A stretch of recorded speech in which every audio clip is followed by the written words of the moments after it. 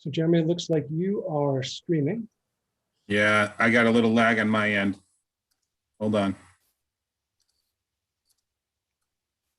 Hi, Lisa. I forgot to tell you, there's no eating during these meetings. Just kidding. You're on mute. I'm sure that was some smart aleck remark. I'm starving.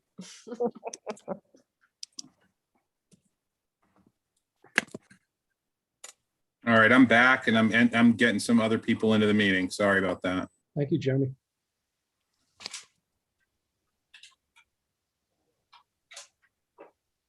Good evening, Jordan. Hello, Pete. Hello, Denise. Josh, good to see you. Hello.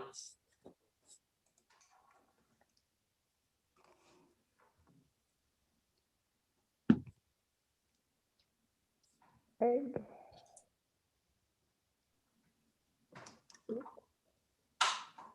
Good evening, Craig. Thank you for coming.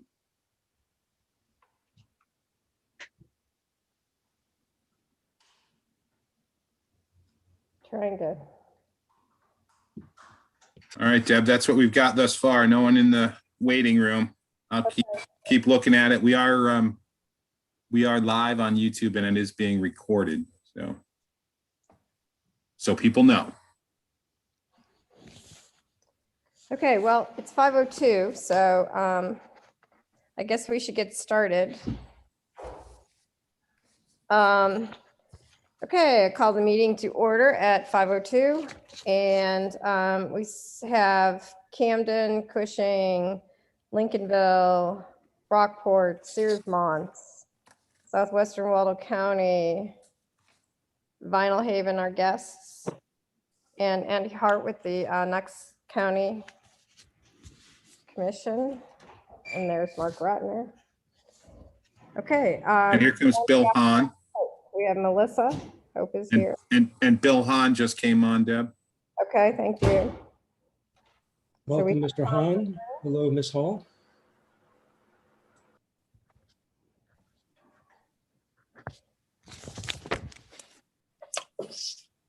All right, thanks. Well, let's get started with the minutes. I hope everybody had a chance to take a look at the minutes, which Shelley Patton from Northport so kindly did for us and is doing again for us off of the recorded version of this meeting. Did anybody have any suggested changes? No, ma'am. Deborah, I made a few changes just in terms of grammar and punctuation, a few things that I sent back to you.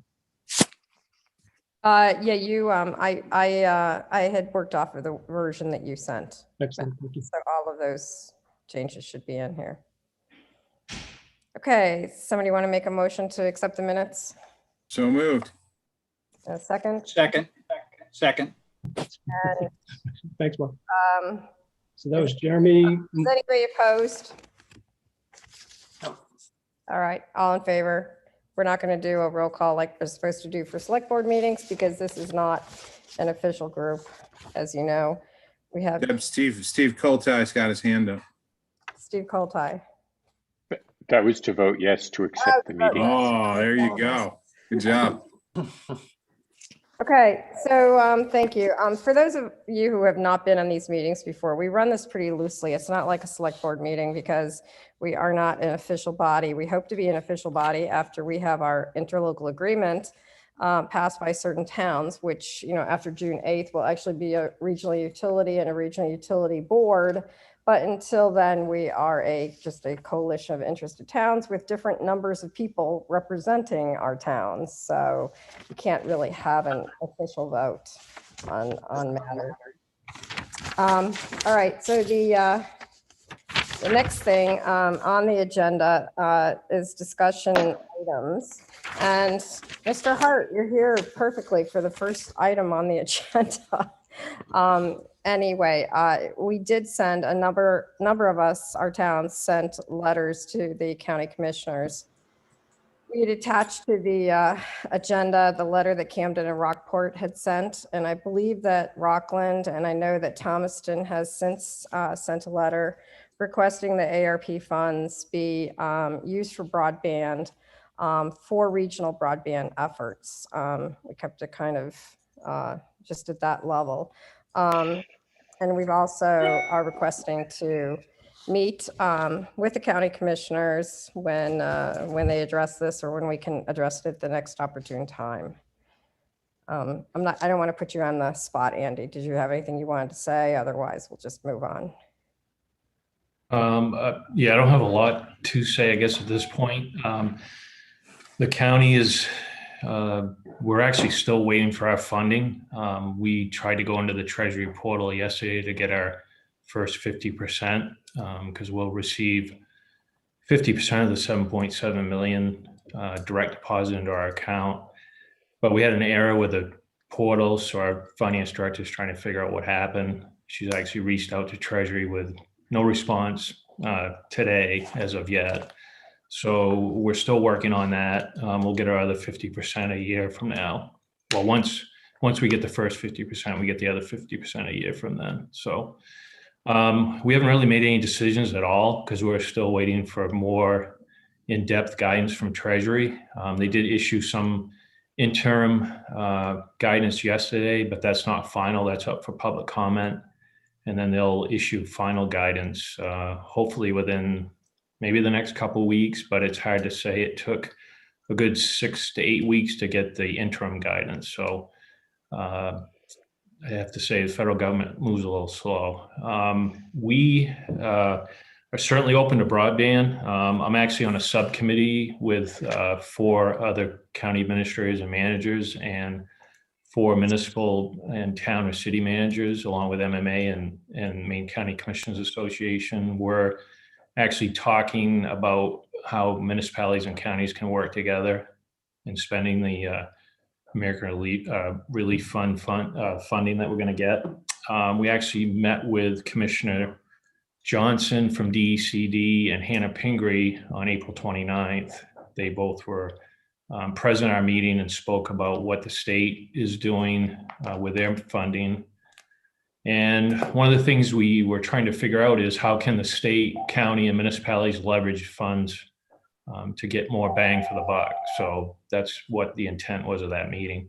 Commissioner Johnson told us that the state has formed a committee, kind of a subcommittee, to work on broadband and internet. And they actually are mapping the whole state at this point, something you'd think the state would already have, but they don't actually have that. They're in the process of doing that. They're working with Connect Me as well.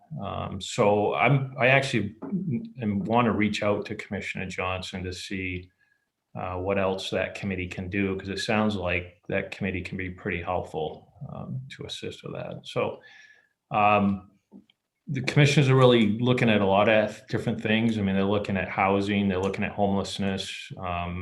They're trying to look at some other things that might fall within the guidelines. So we certainly want to help the municipalities in the county. I mean, that's our number one thing. It's just how do we go about doing that in what meets the letter of the law or meets the letter of this funding. So I really sorry we don't have a lot to give, I guess, for good feedback, because we're still trying to learn ourselves of what we can and can't do. It's fine. Is the next commission meeting is that on June 8th? Yeah, it is. Yep. And it'll be by Zoom. The commissioners are still meeting remotely. They're not comfortable yet meeting in person. So we're still, Zoom at 2 o'clock. yeah, that's it too. And I did provide them, as you said, I did receive a letter from Camden Rockport signed by Audra and Bill Post. I also received a letter from the Town Owl's Head from the chairman of the board of Selectmen. I received a letter from Jay Fowler from Union, from him as a manager, but also from the Selectmen. And I received a letter from the town of Washington as well. There's probably going to be some more coming. I know the mail, we've had some mail that's shown up 2 to 3 months late. So unless someone emails it to me, I'll get it quicker. But if it comes by regular mail, I might not see it for a while. But I'm sorry. I know Thomaston sent a letter too. I Okay. think Rockland sent a letter. I know Thomas sent theirs. I haven't received anything from Rockland yet, but, as soon as I receive them, I provide them to the commissioners so they have that information. So I don't know if anybody has any questions. Jeremy, I think Jeremy does. Yeah, I do. Thanks, Andrew. I really appreciate it. This is Jeremy Martin. I'm the Planning and Development Director for the town of Camden. One of my folks is economic development. And I'm just curious, how do these committees that you're talking about that are happening on the state level, are they aware of what's happening, what we're trying to do? And, how can we provide comment to them, or at least get our voice heard at that level? Because we're trying to offer something, I think, pretty different and pretty unique, to the state. And I think we have a great opportunity, to accomplish something really big from an economic development perspective for the Midcoast. And I'd hate to not have our voice being heard or a voice not at the table. I actually asked Kate Dufour for Commissioner Johnson's email because I actually wanted to email her personally and maybe even talk to her because I just want to get some more information about what they're actually doing or what they want to achieve. Kind of it was probably a 5 to 10 minute discussion that she had with the group, with our group. Mm-hmm. So I'd like to get a better understanding exactly what they're hoping to obtain and what the end is. Yeah, it would be really neat to be able to be at the table in some fashion, like I'm sure all the, industry is at the table, would be my guess. And when I say industry, the current, entities that are out there that are providing fiber to our communities or broadband or DSL, if you will. And we are providing a different option. And it'd just be good to be at that table and have our voice heard. So whatever you can do to facilitate that, that'd be, I'm sure, much appreciated by all these municipalities that are here today. I mean, I don't know if it's helpful I certainly could ask her if either she or someone from her department would be willing to maybe attend one of your meetings or maybe provide some information or speak, Yeah.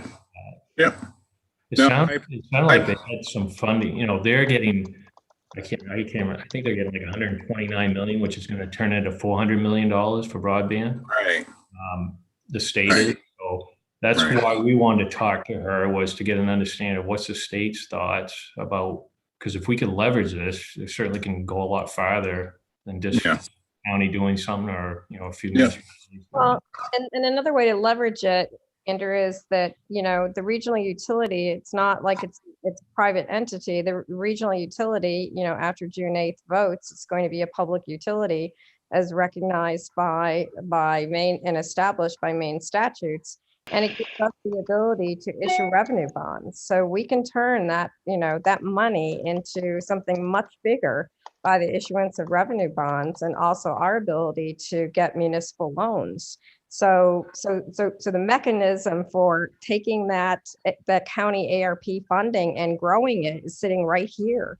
It's this regional utility, and it directly affects or impacts, benefits Knox County towns. Mm-hmm. Matt. Well, Andrew, Matt Siegel here, and just want to say thank you for coming. The most important thing is to finally meet you, and to, even if you're this small on my screen, Andrew, it's a pleasure to see you and to make that connection, which is the first step, that there are faces, there are people who are working really hard to make this happen for the county. And I'll just follow up from both Jeremy and Deborah in the sense of some of the legislation, which I'm sure you're aware of, and what's happening with LD 1484 and some of the philosophy. So the context, again, building off of what Deborah's saying, Andrew, that we would be looking to the county to be an active participant, a partner, and to come on with what would be akin to what we call seed money to start the project. And in terms of what we're hearing at the state level, in terms of 1484, that seed money, following up from what Jeremy is saying, allowing it to grow and allowing it to be the base for a larger contribution as per Connect Maine, that they're asking as part of 1484 for a 25% seed contribution. And the monies that we see at the county would just, I mean, here it is. I mean, just, Andrew, just perfectly fit in terms of our feasibility and our back of the envelope, in terms of making that equation a reality and making it a reality fast with the money that's coming in. So again, the idea that the county money could act in a most judicious way in terms of being the seed money that would then lead us to Connect Maine to match it. They're talking in 1484 and in Connect Maine that 25% seed, which they will match up to 35%.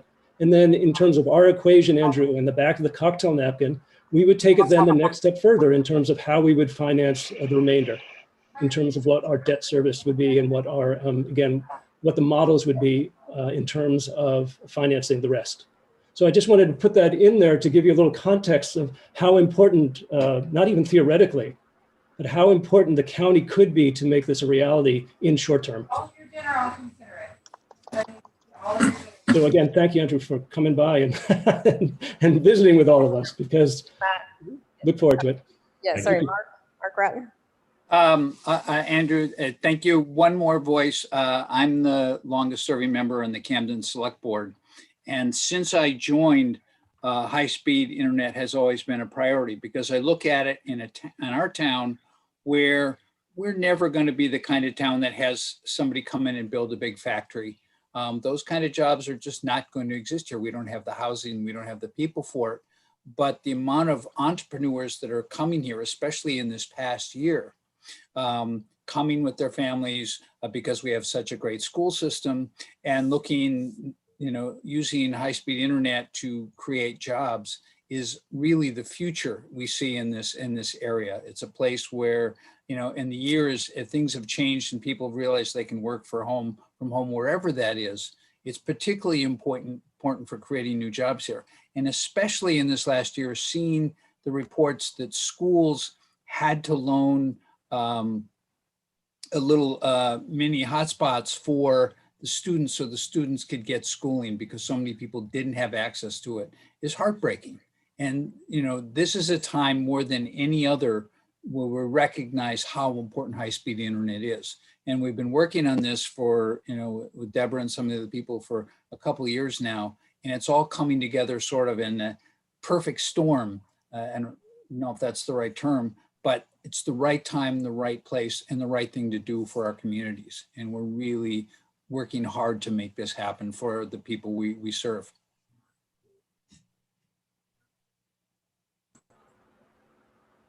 So hate to, I feel like we're all sort of ganging up on you a little bit, but that's because we're passionate about what we're doing and why we're doing this. I don't feel that at all. I think most of you understand. I mean, I'm the administrator. I work for 3 commissioners. Ultimately, they have the final say on what happens. I certainly am interested in presenting anything to them for discussion. I'm just trying to get a lot of information myself. I don't know a lot about broadband. I mean, I'd admit that right up front. So that's why I'm reaching, to Commissioner Johnson and some other people, just to try to get more information on what's actually out there and, what's the possibilities. So Right. I'm certainly willing to listen. I think Deb and Matt ought to have a Zoom luncheon with Andrew one day. Would love to. No, but Andrew, it's only half kidding. What part of what we do, which is so much a part of this particular organization, is grassroots information that we go. I mean, every week I'm going to a different town or 2 towns a week to talk to them and to listen, to see where they're at, to inform them, to help guide them to make informed decisions. So again, Jeremy, I would love, Andrew, one of the things that I would love moving forward is to certainly spend the time with you, if and when, and with the commissioners as well. And not so much a sales pitch. I don't think that's what I'm looking at here. It's more about information, because Andrew, what I'm finding around the state is that for so many people, we're speaking Russian, we're speaking Greek, we're speaking a foreign language. And it's important to get out of that mode and to relate to the community and to relate to the county on a humanistic level, and to have people understand how important it is in terms of developing, in terms of creating a vital and healthy environment that our communities can all grow, and how important this is an essential service at this point. This is not a luxury anymore. So it's a utility that, like water, like, again, like water or electricity at this point. So we need to figure out how to get that essential service to all the members of our community. And the muni model, the muni utility model, is the one that we're seeing around the country, that people are saying this is a legitimate way to get the service at an affordable price to everybody. So Jeremy, to your point, I would love to. So if it's an option, Andrew, just let us know. For you and for the commissioners, we would love to sit down. Jeremy, what was it, to have lunch? We'll have lunch, a Zoom lunch. A Zoom lunch. I like Zoom lunch. So, and again, thank you. Thank you. Thanks. Thanks, Andrew. Really appreciate it. Okay, so let's take Andrew off the hot seat here and move on in our agenda. Obviously, there are some main state legislative developments, as we had listed on here. Most importantly is LD 1432, which forms the Gigabit Fund, as you know, already exists, and this would make some important changes to the Gigabit Fund. So no longer could ISPs step forward and be the applicants for funding from, well, first off, let me back up for a minute. The Gigabit Fund is on the books, but it's never been funded, okay?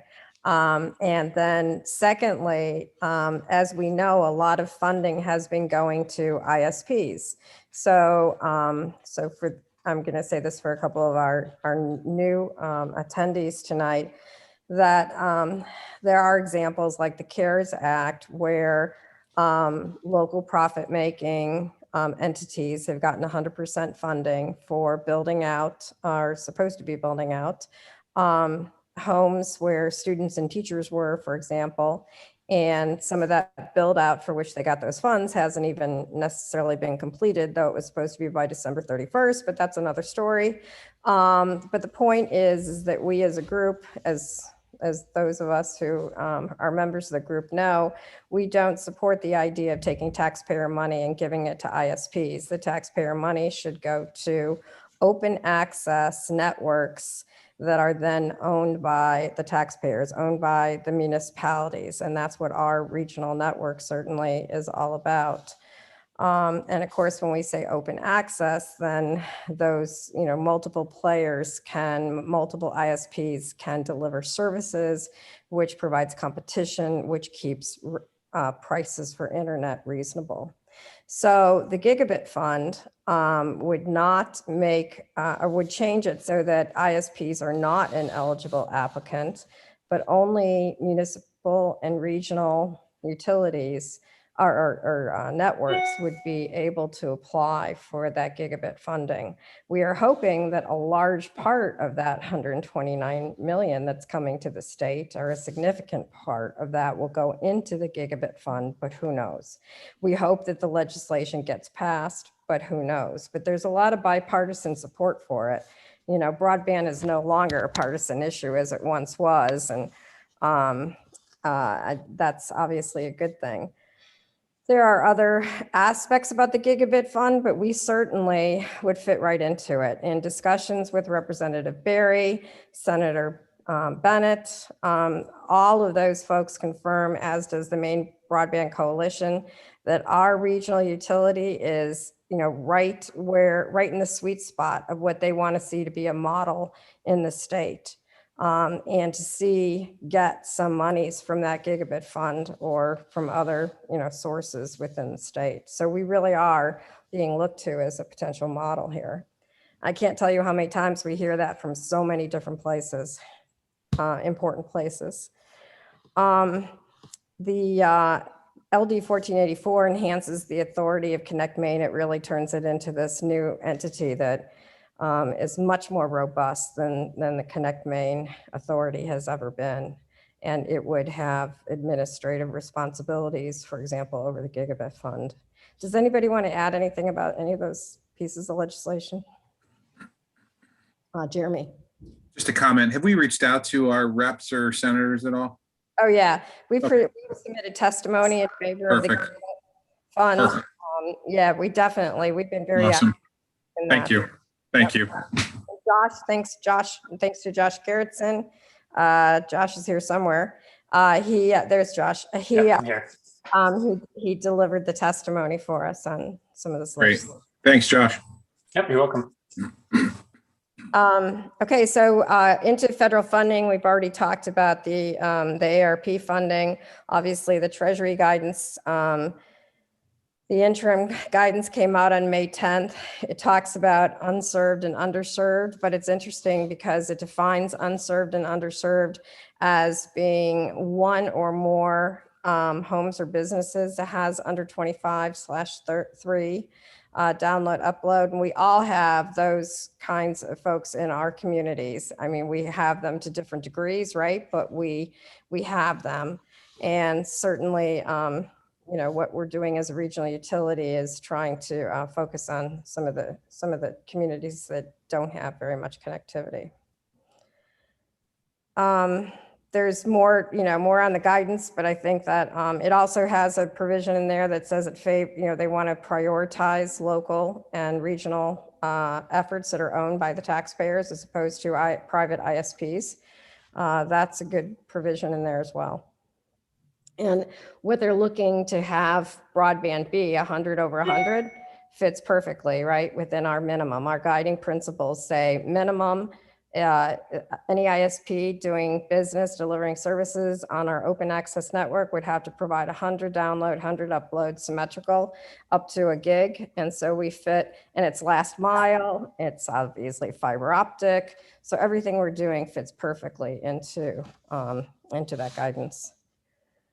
I think that, Matt, go ahead. No, I'd only say for any of you that need a copy of the document, please just reach out to me. I'm happy to provide the PDF. And also just for your notes, the information that pertains specifically that Deborah's discussing, you'll find primarily on page 76 and on page 136. It's 100, just so you guys know, it's a 151 page document. Yeah, and I did send it to the coalition. So the coalition does have it along with the summary, the 8-page summary that Maine Broadband Commission had circulated, or Connect Maine. I'm not sure where it started out, where it originated. Seed money, Matt already touched on the fact in our discussion with Andrew on the use of ARP funds as the seed money.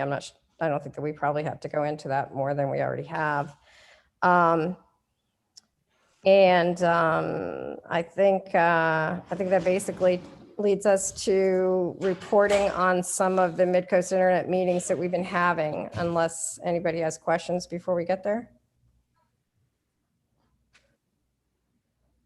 Okay, so Matt or Denise, do you want to report on the Danny Sullivan meeting, or do you want me to? I like to have somebody else talk other than me.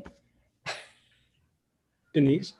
I guess I'll go with it. We did talk to Danny Sullivan at Down East Broadband Utility. That's been sort of one of the models that's been touted in the state, as you all know, for a successful utility for the towns of Calais and Baileyville, and then they're adding in Alexander. And we were really talking with him to sort of better understand their funding, trying to sort of learn from them, how they've approached that, and what we can learn from and take advantage of. I think that it's great. He's enthusiastic, always happy to spend time talking. He says he's on the phone all the time with other communities throughout the state of Maine who are also trying to sort of thread this needle. It's, you know, we're seeing the support for exactly the entity that we're developing here. It's sort of good to have somebody in the same position we're in. They're obviously further along. They've done their build, and they're now working on enhancing their take rate, getting people to sign up. Yeah, and they've done their build in 2 towns, and now they're extending it to Alexander. I think they begin this summer, and then they've got several other towns that also want to sign up. So they may wind up, you know, similar to us with a whole lot of towns as part of the interlocal agreement. One of the other things that we learned from Danny, because, you know, we've talked to Matt, and I had talked, or I guess I had talked to Danny previously. One of the other things we learned was that their initial funding they got through a line of credit, and they're about to they're about to convert that line of credit into a 20-year loan, low-cost municipal loan now. But anyway, it worked out. It worked out for them to do it that way. Yeah, was that Brian? Brian. What else can you share any of the things that you learned from your discussion with Danny? I just sort of heard an overview rather, but are there other things that Danny shared that were sort of gems that you took away? Yeah, so a couple of them are the ones that I just mentioned. And we had reported on some of the other conversations with Danny earlier, but let me tell you, of course, for those of you who don't know, they did this without raising any taxes. In their case, the town guarantees the notes, which we're trying to do this without town guarantees.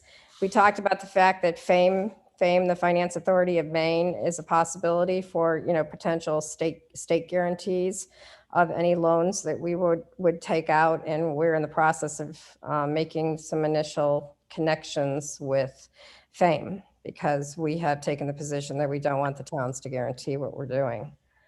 Shared with us that the town of Chattanooga, which is sort of one of these success stories, who's done their own utility, they're now spinning off $7 million in revenue for the town. They put the fiber in 10 years ago. And as one of the big pitches here is that fiber is very low maintenance, lasts for a really long time before it needs to be upgraded. And that's usually just the electronics. The actual fiber stays, continues to provide the high-speed internet service.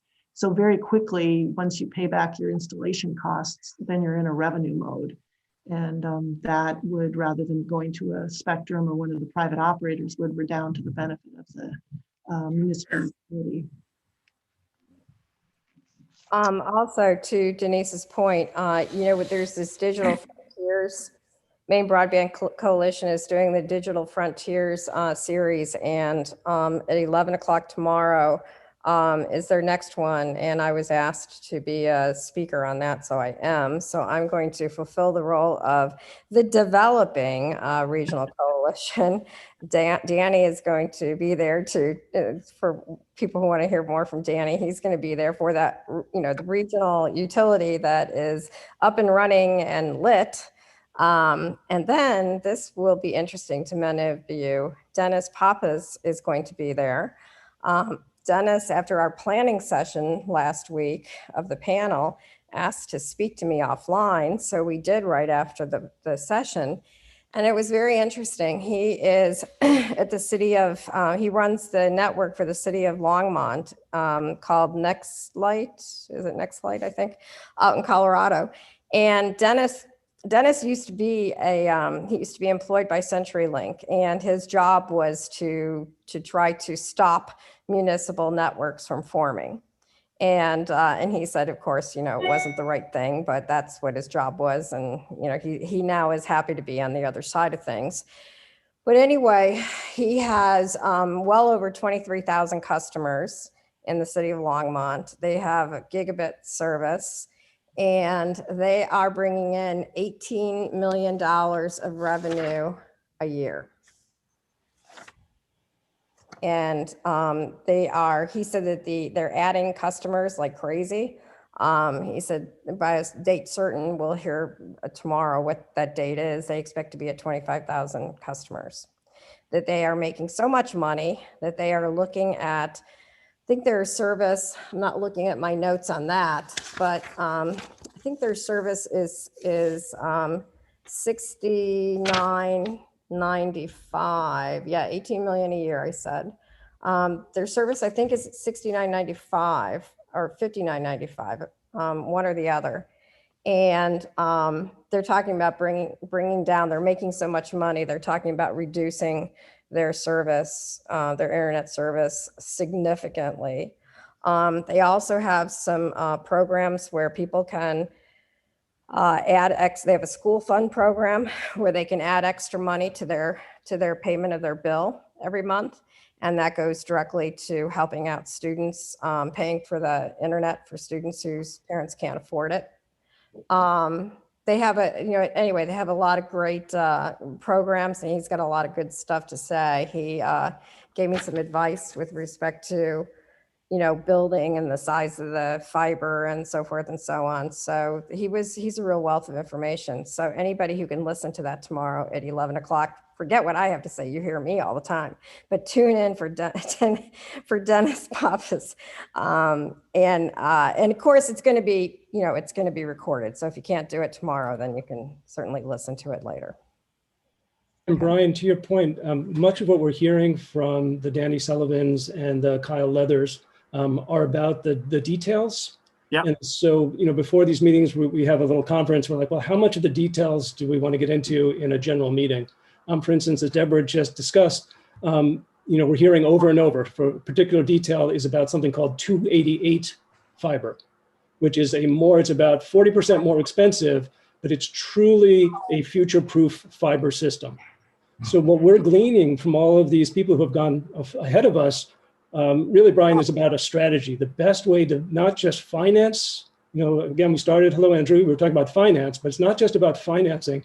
It's about the actual engineering and design of our system. Yeah. So again, we don't want to be in a position where we build anything that X number of years from now, people are like, why didn't you build it for the X? Yeah, future-proof it, yeah. Yep. So again, without going into the details, what we've really gotten from Danny Sullivan in particular, financial modeling, some options in terms of strategies and hybrid financing models. We've gotten some reality, Brian, in terms of take rates, in terms of feasibility, take rates, in terms of expectations versus reality. And then we've gotten some excellent advice, again, from Danny, from Kyle, from EC Fiber, in terms of what we should really be spending this on. So once we get that seed money, once we get the matching funds, once we get our loans or revenue bonds, really having knowledge to look at those engineering and design studies with a critical eye. Excellent, excellent. And the one thing about City of Longmont is that before Dennis got there, they didn't put in the 288 fiber, and then they realized they've got such huge take-up rates. Their take-up rate is like 58%. It's not 33. They base their funding on 33% take-up rate. It's at 58%.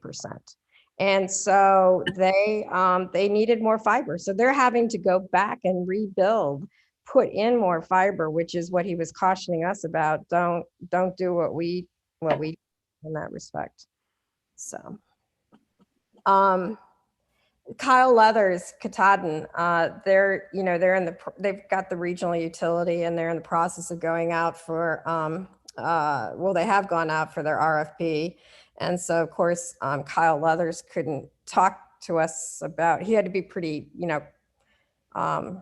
careful about what he said to us on a number of fronts, because they have not announced who the winner of the RFP is. But what would you, Matt, do you want to hit a few highlights on what Kyle had to say? I don't have my notes in front of me, Deborah. Okay, well, a little bit. I mean, I think I think one of the things with Andy here is that, he did indicate that Penobscot County is very focused on broadband as a use of their county funds, that is the number one best they believe they can do for economic development in that area. And he did talk a little bit about their engineering study and the work that they did to get to the RFP.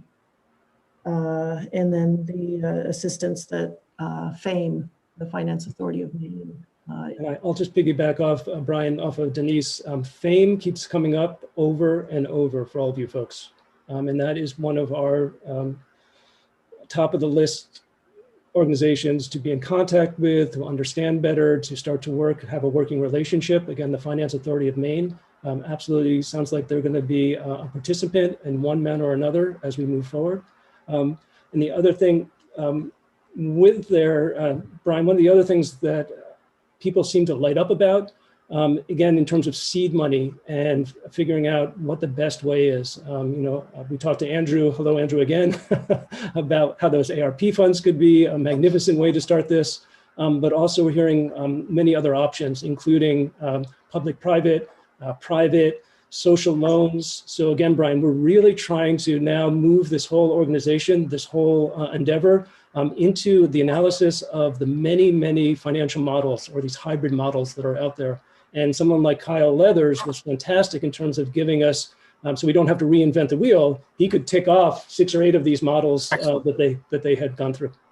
Excellent. Yeah. Thank you. Now, do you have a contact at FAME? Yes, there's a guy named Carlos Mello. Yep, there's the man. Yeah, and You got him. also the our outside counsel, our bond counsel with Bernstein Schur, gave us the name of their counsel too, who they said is very helpful. But I think Carlos is the guy that will be. Start with Carlos. Yep. Okay. So just listed under the meetings that we've been having, it just lists town select boards, broadband committees, and representatives. We've been having between us, Denise and Matt and I have been, as you guys know, because it's your towns we've been going to. We've been doing lots of meetings with everybody over the last few weeks since we've talked last.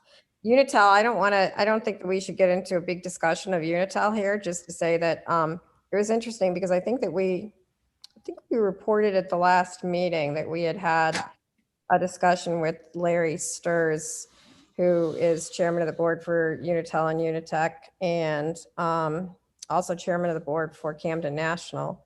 And he had told us that they were doing fiber to the home in Newburgh, and we've since found out that they're actually in Belfast, as is GWI. Anyway, so that's just a point of interest. I mean, it might be a point of interest more for the Waldo County folks than it is for Knox County. But because we talked to people who kind of indicate that, they're a pretty conservative company. So I don't think that we're going to see, I don't necessarily think that we're going to see them in Knox County. But certainly Bob Couric is here. Hello, Bob. Nice to see you. But it's going to be, I sent you an email as well, just in terms of options that are out there, knowing the players of the game, knowing the landscape. So we just, Bob, that's probably something that we want to follow up on and really get a sense for those nice folks up in Waldo about really what's happening in your backyard. And Pete's here from Searsmont too. I mean, that's. Is Pete there? Where's Pete? I see Pete now. Pete M. Hello, Pete M. Pete M. And then I also want to reach out, and Josh Gerritsen, although we have his still now, that Josh has been a wonderful advocate and has been coordinating all of this, the meetings that we've been having up in Waldo. So thanks, Josh, for reaching out to everyone and bringing us together to communicate. You're welcome. Jeremy. I just wanted to comment about the Unitel. I live in Belfast, work in Camden, but I have their Blue Streak service fiber, $60 a month, and it is phenomenal. And I'm trying to push them as much as I can to expand their system, but they're great. They've been great up here, I will tell you. And it's not everywhere in Belfast, but where they provide service is fantastic. Good. Yeah. Okay. Discussion items. Axiom Technologies. We had listed several discussion items. Axiom. We're working with Axiom. We have a proposal from Axiom, as some of you guys have seen. We haven't signed a contract with them because it's really it's the regional utility that needs to sign the contract and fund this. And that, of course, doesn't come into being, hopefully comes into being on June 8th. But we have been working with them. They're helping us out. We're trying to get as much as we can in any grant funds. We're going to apply for some planning grant funds through them that are due in the application's due in a couple weeks. But, it's very small amounts of money. That's not going to, we'll take anything we can get, but it's not going to be significant. But the important thing of applying for that is it starts to put us more, as we're trying to do on so many levels, on the radar screens of folks in the state, folks throughout the state, that we're a serious player in this area. Yeah, and potentially sets us up for, anything that might happen with the gigabit fund. I sent out an email to everybody about phase one, preliminary phase one thoughts. I think I sent that out 2 days ago, maybe. So you should have all received that. I don't know if we have any questions about phase one towns. We're looking at, we're looking at Camden, Rockport, Rockland, Thomaston, South Thomaston, and Owl's Head as phase one towns. I know some other towns have expressed interest in being phase one. And so that's not, it's not cast in stone.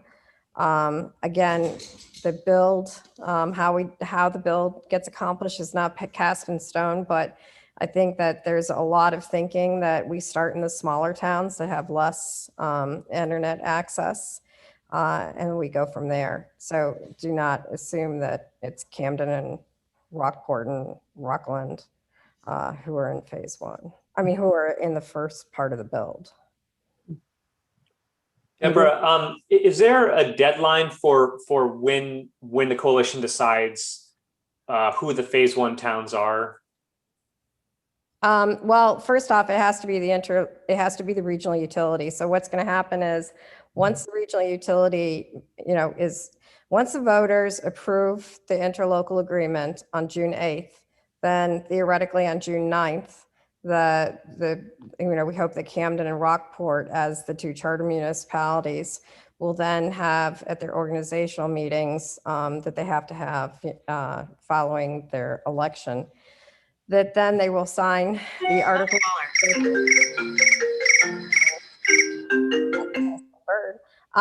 Bird and a duck. Anyway, they'll sign the articles of incorporation, which will actually, be filed with the Secretary of State, which will actually form the corporation. And then the first thing they'll do is also on the 9th, the two charter municipalities, being Camden and Rockport, will appoint their board of directors. And so then we'll have an original board of directors, and then the original board of directors will make those decisions on phase one. They'll approve the Axiom Technologies feasibility study. And so all that should occur, within that first half of June. Does that answer the question, Josh? Yeah, it does. Thank you. And John Gibbons, wherever you are, I know you had your hand up. Right here. Yeah, quick question. The phase one towns are the ones that are covered by the initial build out? Yeah, that's right. Right. And what sort of a schedule do you think you're on for that? We just don't know yet, John. We're going to have to, that's part of what the feasibility study will tell us. Okay, so other towns might be able to join somewhere downstream after phase one. Yeah, is definitely downstream. That's the intent. And also the intent is that, we're just looking at these original towns as phase one, but if there's, I know you and I have had some discussions offline about this, that if there's another town that says, hey, I want to be part of the feasibility study, and here's my contribution to do that, and you think that you can, we can make a case for you to be in phase one, then we're looking at that. It's all dollars and cents, right? Okay. So, well, and some geography and some other aspects, John, and I see Craig is still here. So it also has to do with some of the terms and conditions of funding. So certain towns, John, like Union and Cushing, may be pushed to the front of the line based on some of the conditions, again, of initial funding. Right. So just something to keep in mind. Exactly. So if the eligibility becomes, it becomes clear that we can be eligible for more grant funds by pushing Cushing and Union to the front, to the front of the line, then obviously that's what we're going to do. And that's why I say dollars and cents. It also, at the same time, you have to have some amount of density to light up enough houses to get sufficient revenue coming in too. So there's a lot of balancing, a lot of factors that have to be balanced in that equation. Okay. So the time we should approach you was right after June 8th with our best case. Is that right? Yeah. All right. Yeah, but you can approach us every day. You know that. Appearing live in your town. Yeah, there you go. Yeah. The Vetro fiber mapping, that's, just a reminder that we're in that second cohort and we have that auto design Vetro mapping available to us. And if you guys have questions or you want to try to have us help you gauge how much, the part of the build in your town is or whatever, just contact me and we can sit there and do the auto design, at least have a back of the envelope kind of idea. And I'll just, before we move on, I had mentioned that to Craig. I see Craig Curry's down there. So something, and also John, something for Union to not take lightly, because it's a really great start for the towns to get a sense of, in terms of costs and build costs and what's going to happen using Vetro mapping. So again, both to John and to Craig Curry, who's down there, that would be a really good thing to follow up on. If I want to experiment with VetroMap, who do I talk to? If you what, John, could you repeat that? I want to experiment with VetroMap, VetroFiber, who do I talk to? Either Matt or me, because we're both administrators on it. So just call us and we could do a Zoom, we could do a Zoom and we can draw and play with it and figure it out. All right, good. Thanks. Yeah, because we got that. I mean, it's free for 6 months, and we got that for the regional, for the coalition, right? So it should be able to be used by. Well, we can't put you all on as administrators, but we want everybody to get the benefit of. Excellent. I've got my own cost estimates, but I'd sure like to see what VetroFiber comes up with. Yeah, it's a great tool. Okay, so I guess next on the agenda, we had just a kind of roundtable. If anybody wants to give a report on where they're at, or in terms of their town, or we have some guests here from Vinyl Haven. We've been interfacing with all the islands, frankly, and thanks, Gabe and Jan Ann for being here. Jan Ann's still with us. There she is. So, Gabe, would you mind giving an update on what you guys are doing? Yeah, sure. So our broadband coalition has been active since 2016. I think this is probably the normal story for most committees. There's a little activity, then not much happening until this last year, with just, okay, it's now or never, or let's get going. Well, there's all this funding that's coming into play. So we sort of gave a reboot in 2019, where we did hire Axiom to do a high level feasibility study for us. Got high level costs for municipally owned broadband. We did look at other options, and then in December, through another grant funding opportunity through Maine Community Foundation, we launched a broadband campaign with our community, really just to explore the different models and determine with the community which would be the most feasible, which would meet our goals. So we, where we're at is our select board met last night to review the results of a community survey. We had like 41% participation on the survey.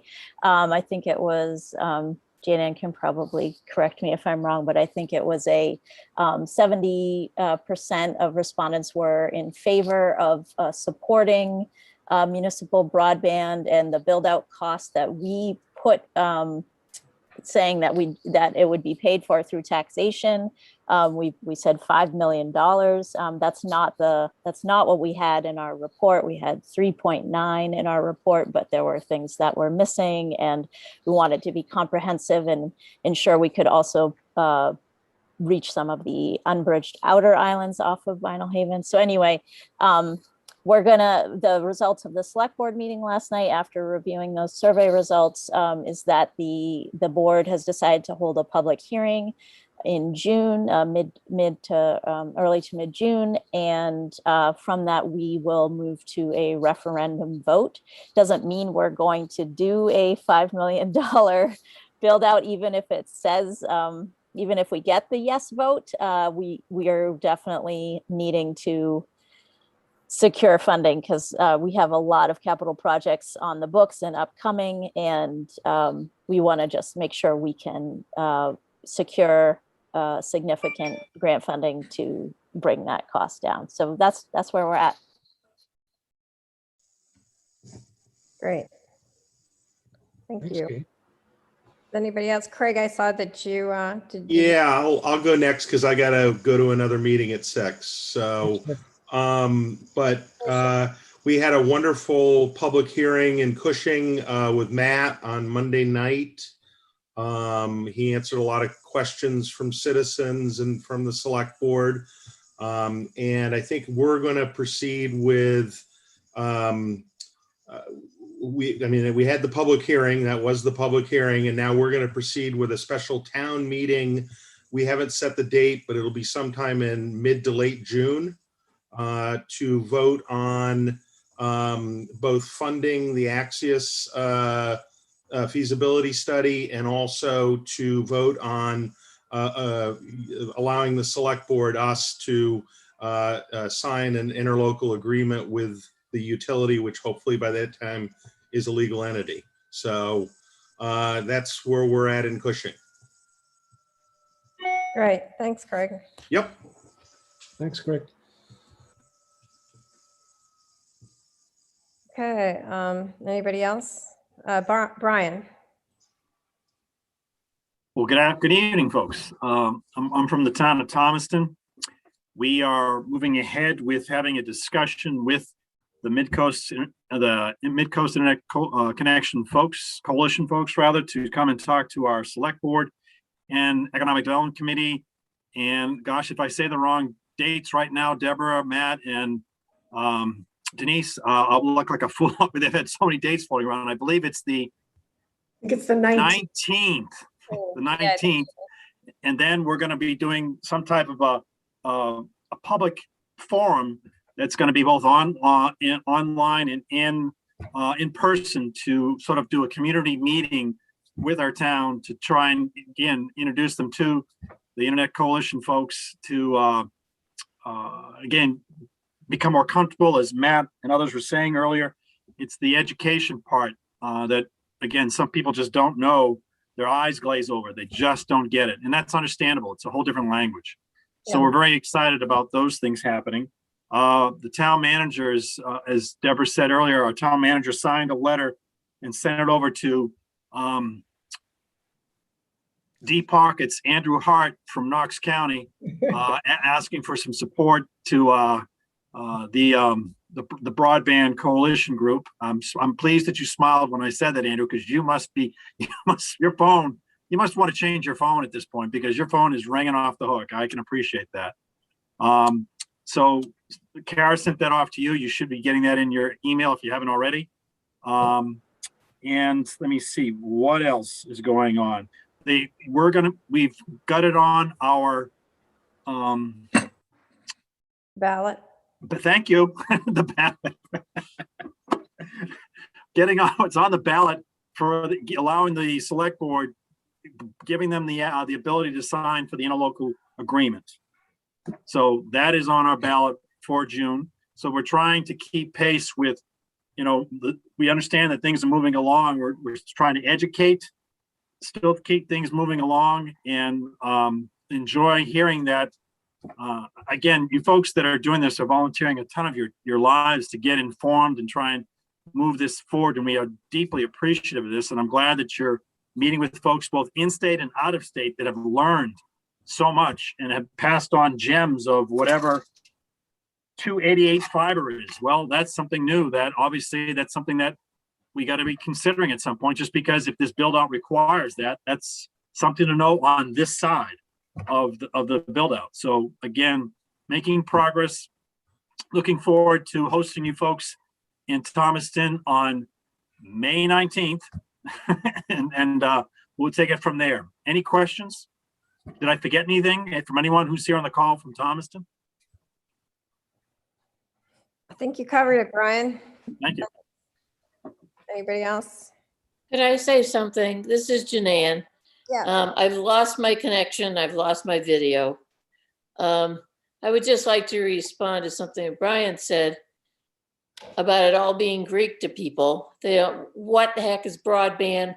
What does bandwidth mean? All of those terms. I put together a glossary, and I'm a writer, so I translated all this text speak that I learned online into English. You know, like you can really understand what I'm saying. So if that would be helpful to you or to anybody, I'm sure Gabe will be glad to share the link. We've got it online. Jan, thank you. Are you from Vinyl Haven? Yes. Yeah. We've already copied that, and I've given that to the select board and the Economic Development Committee, just Good. because I saw it and said, hot damn, there it is right there. Being a landowner in Vinyl Haven, Gabe and Janan, as soon as I got that in the mail, I scanned it in and shared it with the coalition, and then gave credit to you guys when I shared it to educate the Hope Select Board too. It's really amazing, and I had a link to your website as well. Thank you. Thank you. That's wonderful. Job well to done. hear. Again, you take it down to basics, and we appreciated that. But again, Great. once you go beyond some of those terms, again, it's just people, this isn't not everyday language, and I appreciate the effort that the folks who are leading these discussions try and keep it simple. And share. I think this is really critical, to share what we know with one another, share sample documents. I mean, RFPs, the first one we didn't even know what to ask for. Because until you get the RFP, you don't really know what you need to know. Right. So Right. I think that the more that we can talk among ourselves, the better. It's true. We're doing that. We're doing that constantly. And yeah, I think you guys know that we are sharing with the Blue Hill Peninsula folks that are following kind of a little bit behind us. We've shared the interlocal agreement. We've shared lots of stuff with them. I had a guy from Cape Cod who called me today because of a webinar that I was just on with Senator Mackey. And they're doing the same thing in Cape Cod. So, you know, and we've got Dennis Pappas in Longmont, Colorado, right? So. Yeah, it's really been encouraging that there's so much sharing among the people struggling to do this. And I'll get off in just a second, except I wanted to thank you, Deborah, for leading us to that book Fiber, because I read it in a weekend. It's incredible. Good. It's wonderful education. It is. There's a book, Andrew, there's a book called Fiber. It's written by Susan Crawford, and it is fantastic reading for anybody who really wants to get up to speed on, you know, the kind of the history on the monopolies with the telecoms and the cable, you know, companies and so forth and so on, and why we find ourselves kind of behind the 8 ball in the United States with respect to fiber. And it really gives you a fantastic education on it. Great. Glad you enjoyed it. Okay, well then, in the interest of time, let's keep moving on. I think we've really covered a lot of this next step along the way. We talked about the June 8th vote coming up. We are doing a joint press release from Camden and Rockport. We're doing these open houses. Brian mentioned an open house that we're going to do in Thomaston next week. We're doing, well, in 2 weeks, we're doing the open house in Thomaston. Next week, we're doing an open house in Rockport. We're going to do it live. It's limited to 40 people. We will record it though, and it will be available on the website. We're looking at doing one in Camden and then Rockland. We hope to do one in Rockland, but Rockland, of course, can adopt the interlocal through their city council, which, you know, I think that they're on track to do. So we don't have to do that right before June 8th. We could do that following June 8th. So then I explained a little bit about what happens after June 8th and the interlocal agreement once it's adopted. And I say adopted like it's going to be adopted. Let's hope it's going to be adopted.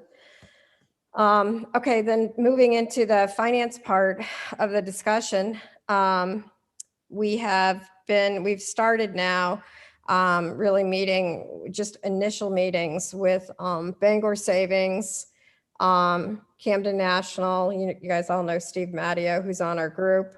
We've got a meeting coming up with the First in a couple of days, and then we'll be meeting with Machias. Machias is the one that's been doing the funding for DBU. But they had received four proposals from 4 banks initially, and they had chosen Machias. So there's a lot, there's certainly interest there. You just have to have the right combination.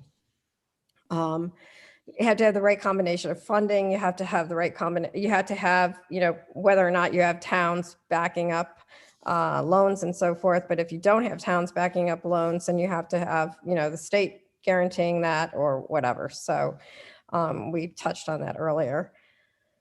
Hey, Deborah, Yes. this is Brian again. Yep. Sorry to interrupt, but of all that you guys, you're getting some significant press, and again, not surprised because of all your efforts. Has anyone approached you? I'm sure you would have talked about this, but has any private individual said, I'd like to support you, and put a check in front of you yet to say, we really value what you're trying to do to our community, that we want to support? Have you approached individuals of wealth to see if that could be a part of that capital stack? We have not done that yet, although we have had some, we've had some people approach us going back about 2 months ago. We're kind of tied into a group of people who are interested in that. We have some of the people on our coalition, some of the representatives here know of some people who have contributed a lot of money in other towns. And are interested in contributing more. So definitely private investment is something that is on the table for us, more of a social impact kind of investment. Sure. Because it's not going to be a situation where, it's going to be a venture capital or even angel investing. Right. It's going to have to be social impact investing where people, maybe they'll get a little bit return on their money. And I mean, like EC Fiber, I think I've forgotten now what the numbers are, but it's very little return after about 10 years. So, but that's the kind of thing that you expect when you're talking about social impact investing, because they care about the community. They want to make an different return. I'm kind of like in Siegel Broadband Network. I can hear that just now. I appreciate when people throw me under the bus right away, Brian, because it works. It works. As some people have observed this week to us, this is going to be like a crazy quilt. It's going to be like a patchwork of funding. I mean, that's really what it is. It's just going to be, you have private investment here, issue revenue bonds here, or municipal loans. But the revenue bonds are certainly not anything to ignore. Grants, all the grant money we can get. So, excellent. Thank you. And is this an opportunity to Steve Koltai, who left? We are trying to form the finance committee, and we're in the process of doing that. So to the people who are on this Zoom at this point, if you or people that you know are experts in this field, whether it's investment banking, whether it's commercial lending, whether it's public finance, please take this opportunity, because now is the time where we are building our finance committee. As Deborah mentioned, we're in 2 or 3 meetings a day with different people trying to put together the model, but we need to have a situation where we're getting our team together. So I just want to put that in there just as a little plug that Mr. Koltai asked me to please do. And we'll have to get bond counsel engaged. We have to wait until the regional utility is in place, but we're obviously we're recommending to the regional utility that they go with Bernstein Schur as outside counsel. The main thing that we're going to need them for will be the bond counsel and the structuring of the financing. And they have Shauna, I forget Shauna's last name, but she's excellent bond counsel. Well,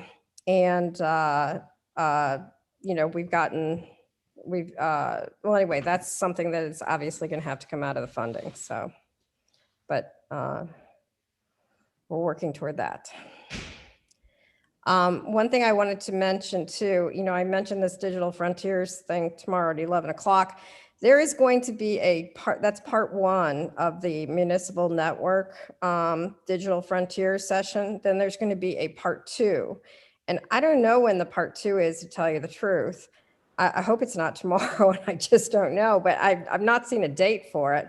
But part 2 is supposed to be The actual financing part. Karem Dirdag from GWI and others are putting together a session on, it's actually a workshop as I understand it. So it's probably going to be more than just a 1 hour panel discussion like tomorrow is, to talk about funding for the municipal networks.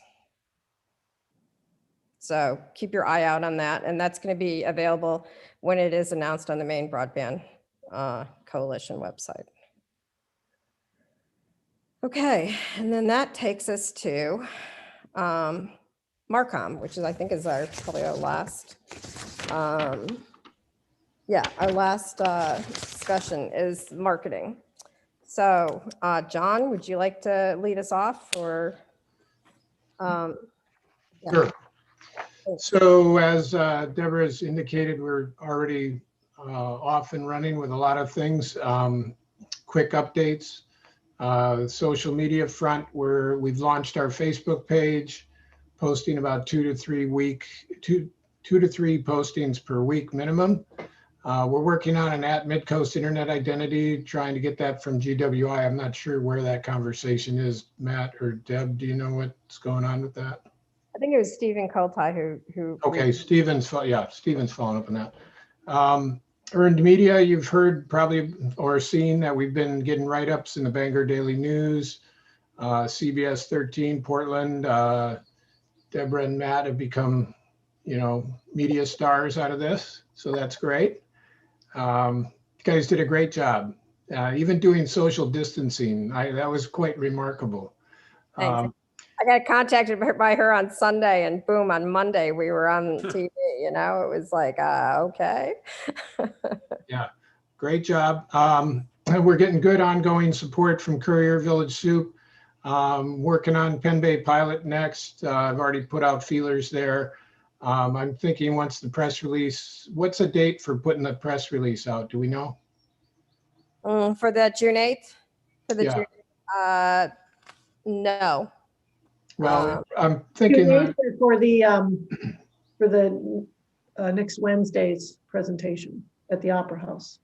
That went out, right? Is that what you said, Denise? Yeah.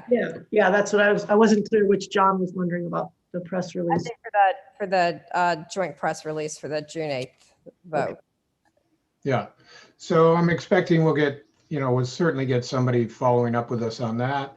So that's rolling along. The logo, we're trying to work with the logo that Deborah and her cohort developed as a working logo, just because we don't have money for a real logo design. Although many of us like that real logo design, John, so it may be the real logo. So moving on. Other promotional support, we're working on FAQs. If I can share screen, Deborah, I can show you. I just sent this. Jeremy's in charge of the. Okay, can everybody see that? Yep. So we're working with, trying to work with the logo. It's what I'm finding is that particular format is a little bit challenging. So, we're still fiddling around with what is the name of this entity. And so when we're talking about in this case, the FAQ is about the Midcoast Internet Coalition, Midcoast Internet Development Corporation. It's kind of getting a little clunky, but all the other FAQs, I think we can go with just Midcoast Internet. But it's a little confusing right now, which is normal for a startup situation. But anyway, this is actually a pretty long-winded FAQ. It's going to be two-sided, but we're trying to make the logo work and see what we can do with it. So, any thoughts, reactions to it? Can you share that document with us for review? I've already shared it to the committee. I was waiting to get the feedback from the committee before I shared it with the larger group, but I'm happy to do that, sure.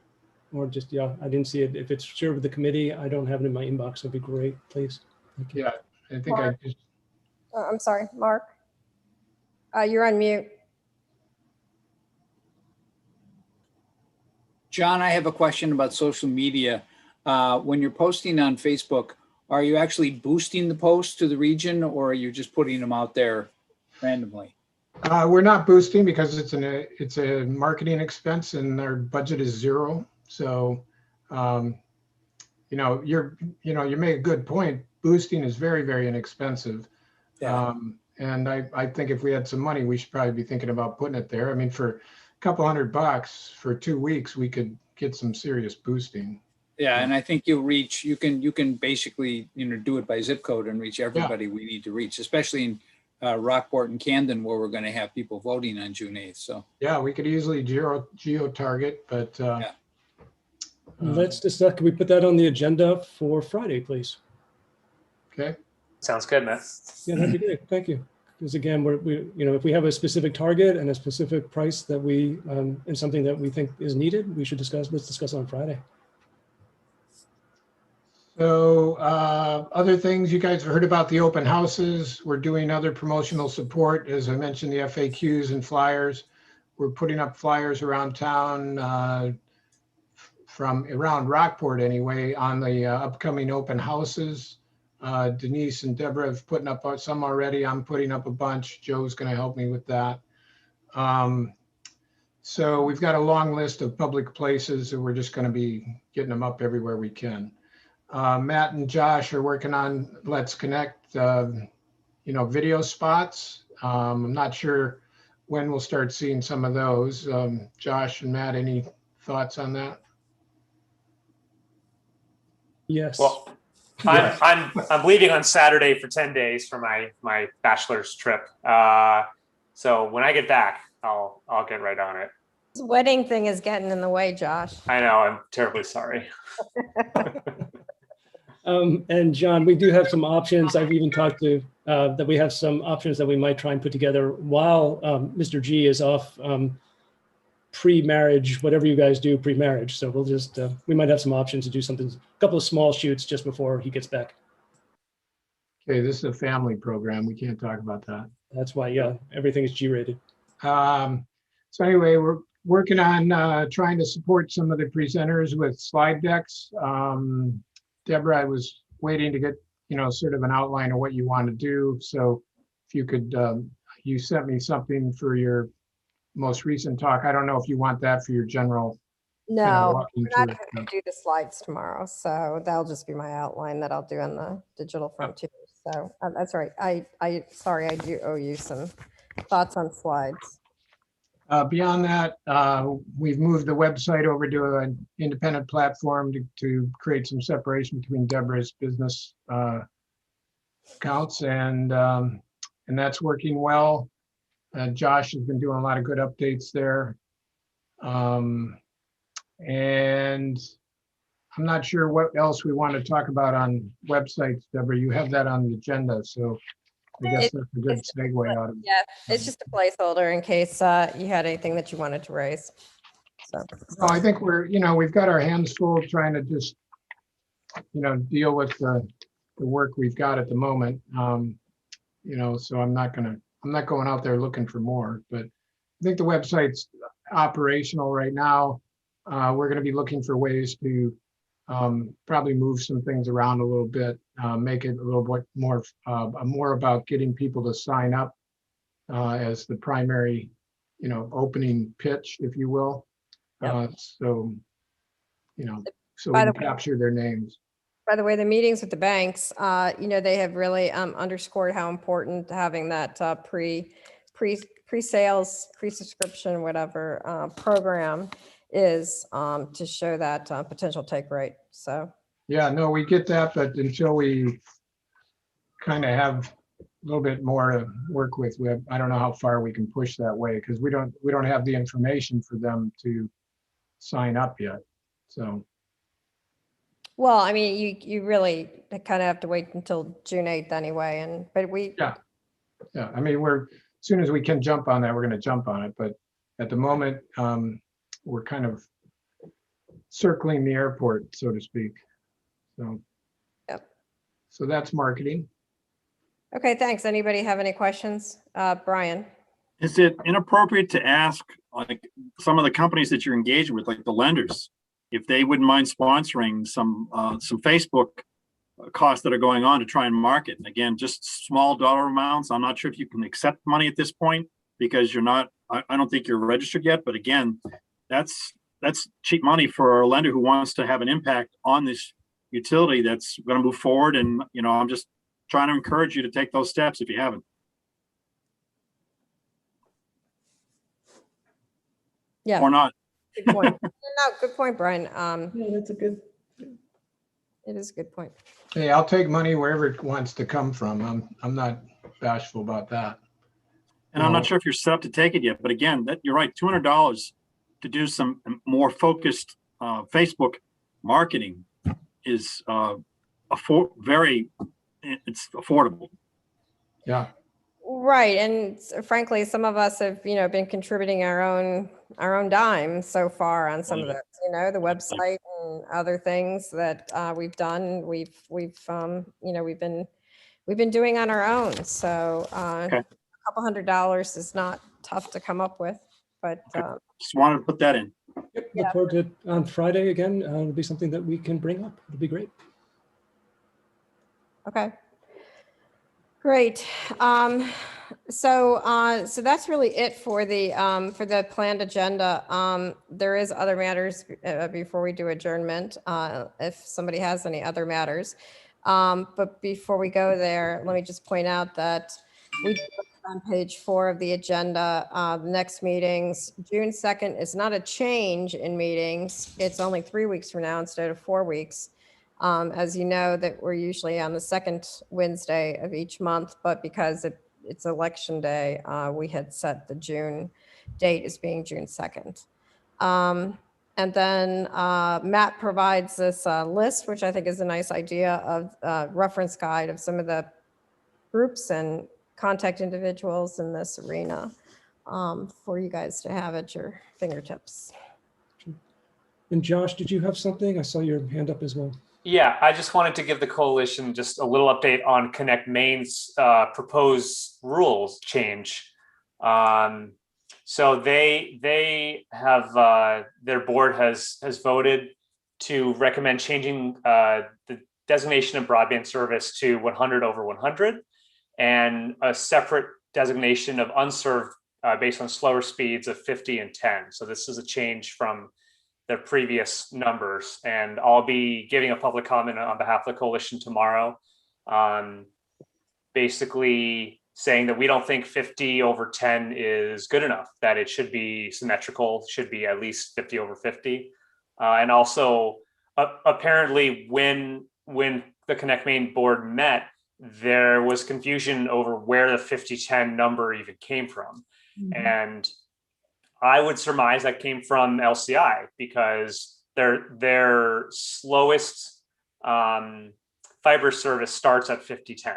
So it didn't come out of thin air. It came from that, I believe. So I'll just be saying that, we think 50 over 50 should really be the minimum because symmetrical, I think we've all learned just from Zoom calls that it's really important to have. Symmetrical is important to have, and it doesn't cost any more money to deliver symmetrical. In fact, it actually takes an extra labor step for a company to dial back the upload speed. So it does not cost a dime more to have symmetrical service. If you're installing fiber. Well, yeah, with fiber. Right. Yeah, sure. We're talking about Yeah, fiber. LCI, I mean, LCI does not do symmetrical fiber. They do 50 over 10. And it's fiber, but they don't do symmetrical, which is pretty unheard of because fiber is almost always symmetrical because we all know that the upload speeds are very important. They will do symmetrical for a price. And they always very say high that price. the price, although I've never heard them say what the price is, but Yeah, it's clear as mud. Yeah.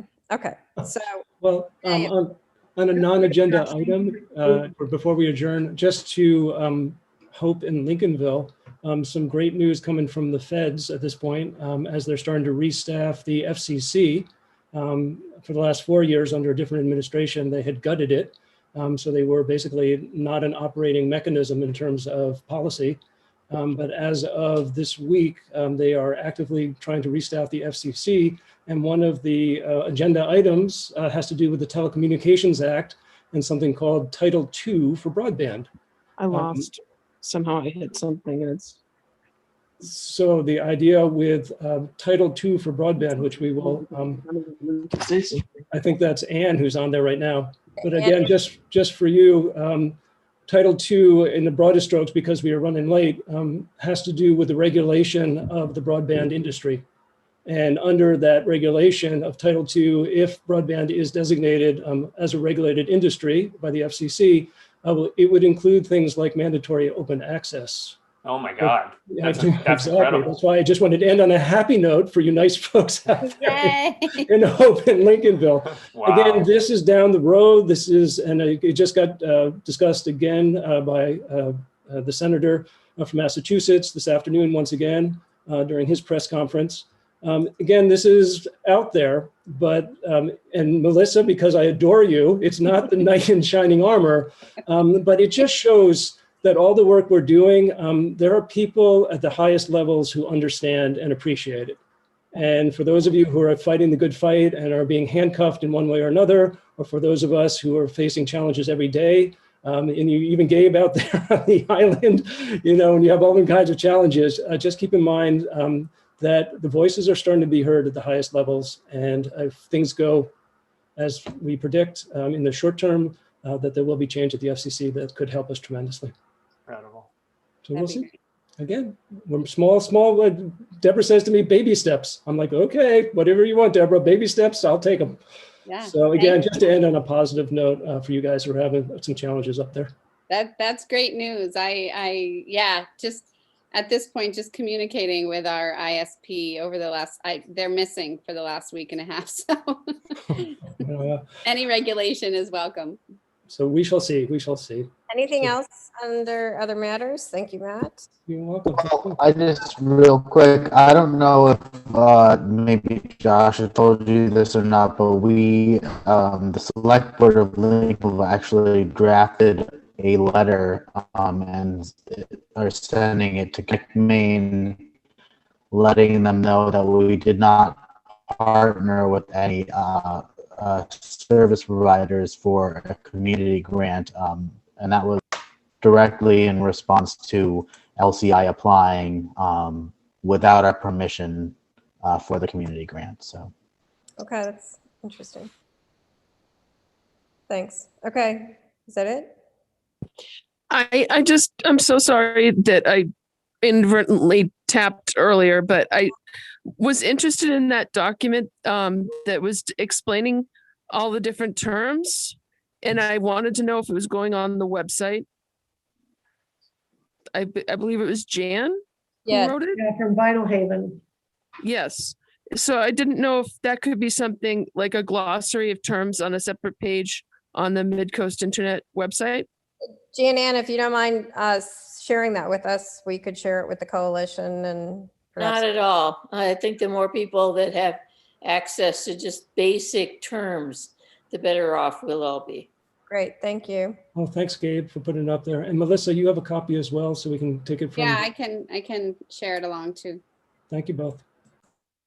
Okay, thanks. It looks like we're done. It is 6. Oh, and Andrew, is that a goodbye, or did you want to say something? If I could just real quick. So I did receive your email prior to the meeting, and I will respond to that tomorrow, most likely. What I want to do is speak to the chair of the commission about the next agenda. I think something that would be helpful is, would it be possible to get something, and it doesn't have to be real lengthy, but just something that describes the coalition and kind of what maybe the mission is and things of that nature, just so the commission has some idea and is a little educated before they, if they decide to discuss this on the 8th, they'll know something what's being discussed. Because if I just bring it in cold, it's going to be tough. Yeah, sure, Andrew. We're working on a 2-pager right now for some other purpose, which is exactly, I think, what you probably want. So we'll get that to you soon in the next couple of days. Okay.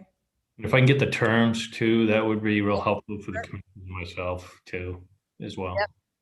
So I'll do that also.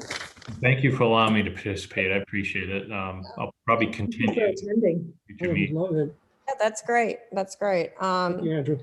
And two pager. And Okay. Gabe and the guests, thank you. Thank We, you. yeah, we try to limit these to an hour and a half. We can never seem to make an hour. So we're right at that mark on the dot. So thanks, everybody. And I'm sure that I have a motion to adjourn in a second. Motion to adjourn. Second. For everyone. Thanks,